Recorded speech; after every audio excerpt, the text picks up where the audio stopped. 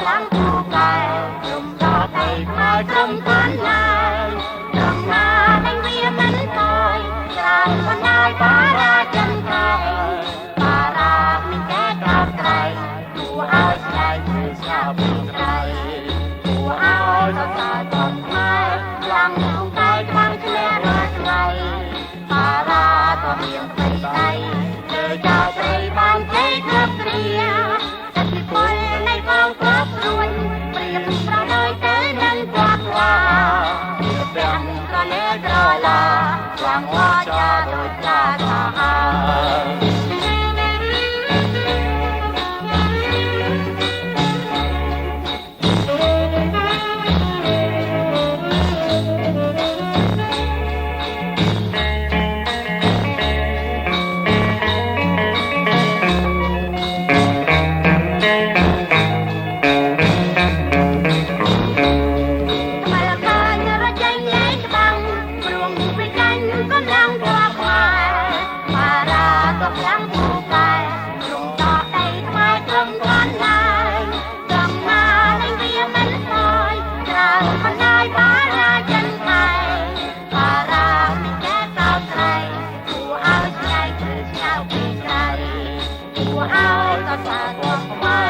ខ្លាំងកាយខ្លាំងឈ្នះរាល់ថ្ងៃ